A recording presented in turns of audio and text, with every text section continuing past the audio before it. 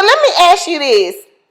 What advice do you have for entrepreneurs? With you being so young, it's so many people your age that are not doing this. Well, now there's an upsurge, so more people are actually getting into entrepreneurship, especially with everything that's happened this year. So what advice do you have? I would give entrepreneurs the advice that no matter what your situation looks like, no matter what your circumstances look like, step out on faith. Have faith. Continue. Now, you know the Bible also says faith without works is dead. So you can't just sit and have faith, but sometimes you got to step out on faith.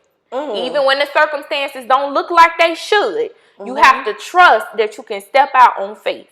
Because that moment you think you're going to fall, that foot going to get caught. You're going to have that leverage, okay?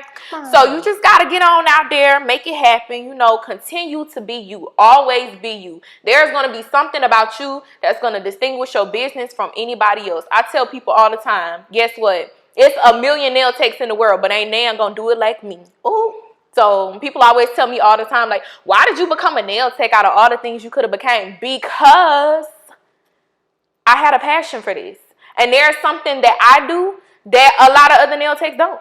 Plenty of other nail techs don't. So it's all about finding what's unique about you. Stay true to you. Don't try to do what everybody else does. Do what you have the craft to do. Do what God bless you with. And I promise you, what God bless you with will take you a whole lot further than what somebody else ordained for you. Yes, ma'am. Yeah. Let them know something, Miss Lucy. Yeah, you know you gotta give me a word. Gotta drop a word. Drop a word. Absolutely. Okay then. Well, let's get into. I just got into that because you know what I mean. Yeah. One of the hardest things is actually just taking that step of faith. It is. It's very hard. Like, you know, I took a step of faith. My first step of faith in my business, the first big step of faith, was me dropping out of college and going to nail school. I was like, I don't know how I'm going to tell my daddy this. Me and my mom, before she passed, we already had our conversation. When I graduated from high school, my sister presented me with my first investment into my business. So I knew where I was going. I knew the road that I was on. I just did not know what the road was going to look like further down. But you can't worry about what the road going to look like further down. You just worry about stepping out on faith.